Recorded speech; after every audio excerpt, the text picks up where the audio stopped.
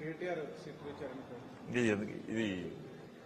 Sit విచారణ నేను రాష్ట్ర ప్రభుత్వాన్ని నేను కూడా విజ్ఞప్తి చేసిన.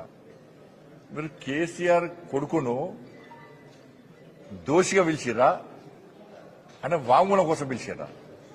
కుంపలు ముంచిందే కేసీఆర్ కొడుకు, జనాన్ని కుంపలు ముంచిందే ఆయనే. మీరు ఆయన పట్టుకొని మీరు ఏదో నోటీస్ ఇచ్చి ఆయన వాంగ్మూలం తీసుకుంటే ఇలా ప్రభుత్వాన్ని ఎట్లా నమ్ముతారు ప్రజలకి ఆలోచించండి. ఇవాళ ప్రజలు ఎట్లా నమ్ముతారు ఇవాళ ఈ ప్రభుత్వాన్ని? కాబట్టి ఈ రాష్ట్ర ముఖ్యమంత్రికి పౌరుషం లేదు, రోషం లేదు, రేషం లేదు. అరే మా రక్తం మసులుతుంది, మా పార్టీ నాయకులు మాది రక్తం మసులుతున్నది. ఇవాళ తెలంగాణ ప్రజల కొంపలు ముంచిర్రు. ఇలా మీరు మీడియాలో ఉన్నారన్న, మీరు ఒకటే మేము అడుగుతున్నాం. ఇలా మీరు కేసీఆర్ ప్రభుత్వంలో వాట్సాప్ కాల్ కాకుండా నార్మల్ కాల్ మీరు మాట్లాడారా? మీ భార్యలతోనూ, మీ పిల్లలతోనూ, మీ మేనేజ్మెంట్తో మాట్లాడారా? మీరు ఎవరన్నా మాట్లాడారా? కేసీఆర్ ప్రభుత్వంలో నార్మల్ కాల్ అనేది లేనేలేదు.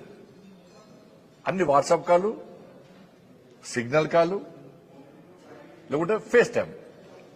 మామూలుగా భిక్షాటన అయిపోయిన భిక్షాటన చేసే వ్యక్తి కూడా, ఈ ఫోను సోషల్ మీడియా అవగాహన లేని వ్యక్తి కూడా వాళ్ళ భార్యకు ఫోన్ చేయాలని కూడా కేసీఆర్ ఫోన్ ఇంటున్నట్టే, అందుకే వాట్సాప్ కాల్ మాట్లాడుతున్నా చెప్పుకున్నారు.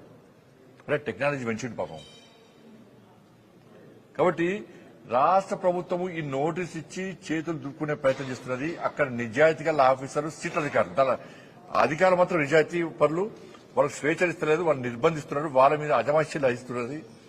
నిన్న చేసి ఏం చేసారు? ఇలా బయటకు వచ్చి నన్ను ఏం చేయలే, నన్ను ఎవరేం బీకలే, నన్ను ఈ ప్రశ్న అడిగారు, ఆ ప్రశ్న అడిగారు, నేను ఉల్టా ప్రశ్న అని చెప్పి ఆయన చెప్తాడు. లేదా మేము ఇది అడిగిన వాళ్ళు వీళ్ళు చెప్తారు.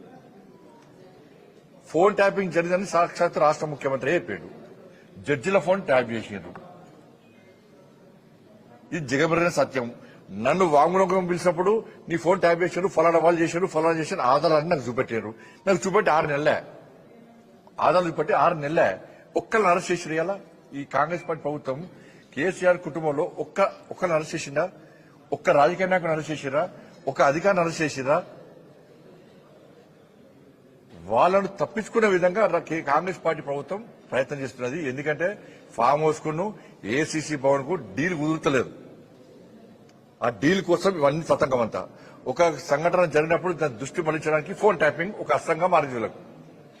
కాబట్టి దీని మీద ఎవరికి నమ్మకం లేదు. తెలంగాణ ప్రజలు ఈ సిట్టు విచారణ చూసి, ఈ రాష్ట్ర ప్రభుత్వ వ్యవహారం చూసి నవ్వుతున్నారు. కాంగ్రెస్ పార్టీ ప్రభుత్వం అపాస్యం పాలైపోయింది.